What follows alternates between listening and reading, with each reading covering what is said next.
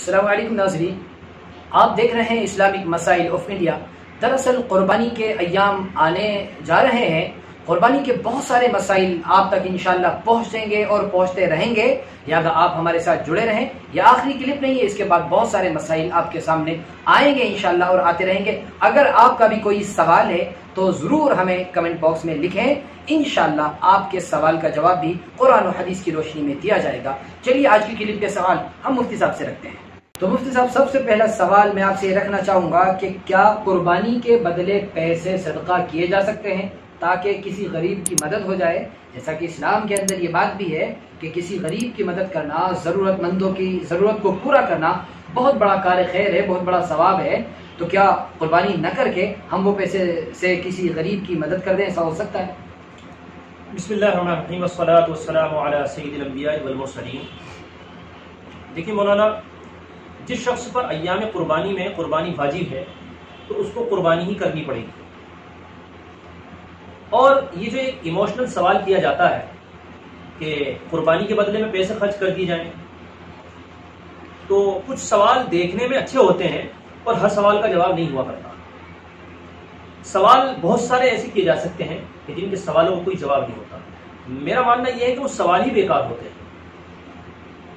غریبوں کی مدد کرنا یہ بہت اہم چیز ہے، جی بے شک، اور لوگوں کے کام آنا یہ اسلام کا بہت بڑا حصہ ہے۔ نبی علیہ الصلوۃ والسلام کی زندگی کا بہت بڑا حصہ دوسروں کے کام آنے میں لگا ہے۔ لیکن جو اسلام غریبوں کی مدد کرنے کا آپ کو حکم دیتا ہے، جو اسلام غریبوں کی مدد کرنے کی ترغیب دیتا ہے، جس اسلام کے اندر غریبوں کی مدد کرنے کے لیے، لوگوں کے کام آنے کے لیے آپ کو تعلیم دی گئی ہے، اسی اسلام کے اندر قربانی کا بھی حکم دیا گیا ہے۔ جی بالکل۔ ایک چیز کو چھوڑ کر دوسری چیز کو اختیار کرنا ایک عجیب بات ہے۔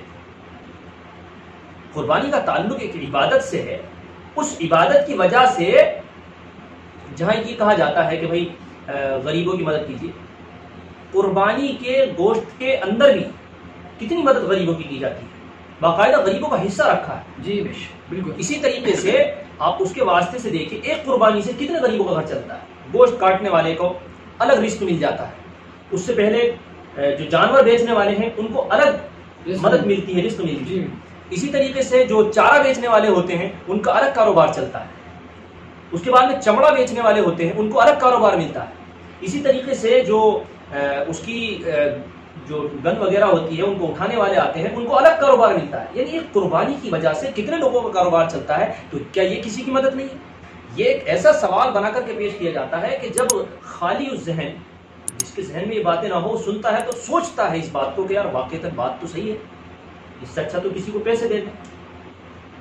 تو ایسا نہیں ہے، قربانی سے بھی بہت سارے لوگوں کے گھر بار چلتے ہیں اور غریبوں کا گھر بھی چلتا ہے۔ بہت سارے لوگ ایسے ہوتے ہیں کہ سال سال بھر ان کو اچھا گوشت کھانے کو نہیں ملتا، تو اس قربانی کے بہانے سے ان لوگوں کو جو ہے مدد ہو جاتی ہے اور ان کو گوشت کھانے کو مل جاتا ہے۔ اسی طریقے سے جو اس کی کھال وغیرہ ہے تو باقاعدہ اس کو غریبوں کے دینے کے لیے کہا گیا ہے۔ آپ غریب کو صدقہ کیجیے، غریب کا گھر چلائیے۔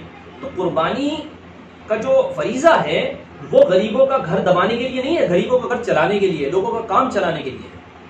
اور غریبوں کی مدد کرنا وہ اسلام کا ایک الگ حصہ ہے، اس کو منع نہیں کیا گیا ہے۔ آپ دیکھیے اسلام نے روزے رکھوائے تو غریبوں کی مدد کرنے کے لیے کہہ دیا کہ آپ صدقہ فطر ادا کیجیے۔ زکوٰۃ کا پورا ایک اپنا الگ سسٹم ہے، الگ نظام ہے۔ اگر آپ ایک چیز کو الگ الگ کر کے سوچیں گے تو آپ کے ذہن میں بات آئے گی۔ غریب لوگوں کی مدد کرنے کے لیے پورا آپ کے کاروبار میں سسٹم جوڑ دیا ہے اسلام۔ اور ذرا سے میں آپ سے قسم میں چوک ہو جائے، کچھ بھول چوک ہو جائے، آپ نظر مان لیں، اس کے اندر بہت سارے غریبوں کی مدد کے لیے بات کہی گئی ہے۔ اسی طریقے سے اسلام نے امداد کا بہت زیادہ رواج دیا ہے اور امداد کرنے کی، لوگوں کی مدد کرنے کی بہت ساری تعلیمات دی ہیں، تو وہ اپنی جگہ الگ ہے۔ لیکن جو یہ عبادت کا اپنا تعلق ہے، اس کو ختم کر کے اور پھر غریبوں کی مدد کرنا، یہ سمجھ میں آنے والی بات نہیں ہے۔ جس اسلام نے آپ کو خرچ کرنے کے لیے کہا ہے، اس اسلام کی ایک چیز کو ختم کر کے آپ خرچ کرتے ہیں، یہ کوئی عقل میں آنے والی بات نہیں ہے۔ اس لیے قربانی تو ہر حال میں کرنی ہی ہوگی اور کرنی ہی چاہیے۔ غریبوں کی مدد کا اپنا ایک الگ سسٹم ہے، اس کو آپ قربانی کے ساتھ نہ جوڑیں، پوری زندگی کرتے رہیں، ہر دن کرتے رہیں۔ اور 100 باتوں کی ایک بات، یہ خدا کا حکم ہے اور نبی علیہ الصلوۃ والسلام کی تعلیم دی گئی، یہ بات جی اصل الاصول وہی ہے ایک ایمان والے کے لیے۔ بہت شکریہ مفتی صاحب۔ اب ایک سوال اور ہے، وہ بھی بڑا اہم ہے، کہ کیا ہر سال قربانی واجب ہے؟ بہت سارے عام لوگ یہ سمجھتے ہیں کہ 7 مرتبہ ہم نے قربانی کر دی، 7 بار ہم قربانی کر چکے، اب میں اپنی بیوی کی طرف سے کروں گا، کہ میری تو 7 ہو گئی، اب میری بیوی کی طرف سے ہوں گی، بیوی کی 7 ہو گئی تو میں اب اپنے باپ کی طرف سے کروں گا۔ کیا ایسا ہے کہ 7 بار قربانی کرنے کے بعد آدمی یعنی فارغ ہو جاتا ہے قربانی سے، یا ہر سال قربانی اس پر واجب ہے؟ ہاں دیکھیے، میں اس میں ایک بات یہ کہنا چاہوں گا کہ لوگوں میں بڑی غلط فہمی ہے بیٹھی ہوئی ہے۔ تو جہاں قربانی واجب ہونے کی شرطیں ہیں نا، ان میں سے ایک شرط یہ بھی رکھنی چاہیے زندہ ہونا۔ بہت سے لوگ مرے ہوئے بھی قربانی کر دیتے ہیں، اور جیسا ہی آپ نے سوال رکھا کہ بہت سے لوگوں میں یہ بات چلی آ رہی ہے کہ 7 سال تک ہم نے بڑے جانور میں قربانی کر دی تو اب ہم بری ہو گئے، ہمارے اوپر قربانی۔ یہ بالکل غلط ہے۔ 7 نہیں، اگر 700 سال تک بھی آپ زندہ ہیں اور آپ اہل مال ہیں تو 700 سال تک بھی آپ پر قربانی واجب ہوتی ہے۔ جی جی۔ اور ایسا نہیں ہے کہ آپ، بہت سے لوگ ایموشنل ہو جاتے ہیں کہ بھائی پہلے میرے ماں باپ ہیں، میں چاہتا ہوں ماں باپ کی طرف سے۔ بھائی ماں باپ ایک اپنا الگ معاملہ ہے۔ آپ اگر مالدار ہیں، آپ کا کاروبار ہے، آپ کی ملکیت الگ ہے، آپ کا رہنا الگ ہے، تو آپ پہلے اپنی طرف سے کریے، اپنے اوپر واجب ہے۔ اس کے بعد میں اگر آپ اپنے والدین کی طرف سے کرنا چاہیں تو نفلی قربانی کر سکتے ہیں۔ اس لیے جس پر قربانی واجب ہے تو وہ اگر بیوی کی طرف سے کرتا ہے، نانی کی طرف سے کرتا ہے، کسی اور کی طرف سے کرتا ہے تو اس کی وجہ سے وہ گنہگار ہوگا۔ کیوں؟ کیونکہ پہلے اس کے اوپر جو چیز واجب ہے اسے ادا کرنی ضروری ہے، اور میں نے یہ بات واضح کر دی ہے کہ جس بندے پر قربانی واجب ہو اس کو اپنی طرف سے قربانی کرنی ہی پڑے، چاہے 700 سال تک کیوں نہ ہو۔ مفتی صاحب، آج کی کلپ کا تیسرا سوال، کیا دوسری جگہ پیسے بھیج کر قربانی کی جا سکتی ہے؟ جس طرح بہت سارے بھائی ہمارے سعودی میں رہتے ہیں تو وہ کیا انڈیا میں پیسے بھیج کر یہاں قربانی کرا سکتے ہیں، یا اسی طرح کوئی کہیں بھی پیسے بھیج کر اپنی قربانی کرا سکتا ہے یا نہیں کرا سکتا؟ ہاں جی، بالکل کرا سکتے ہیں دوسری جگہ پر، اور اگر ان کے یقین کے لوگ ہیں تو ان کو پیسے بھیج سکتے ہیں، وکیل بنا سکتے ہیں اور قربانی کرا سکتے ہیں۔ اگر آپ کی جگہ پر کسی جگہ پریشانی ہو اور دوسری جگہ پر کہیں پر انتظام ہو تو آپ کرا سکتے ہیں قربانی۔ جی بہت شکریہ مفتی صاحب۔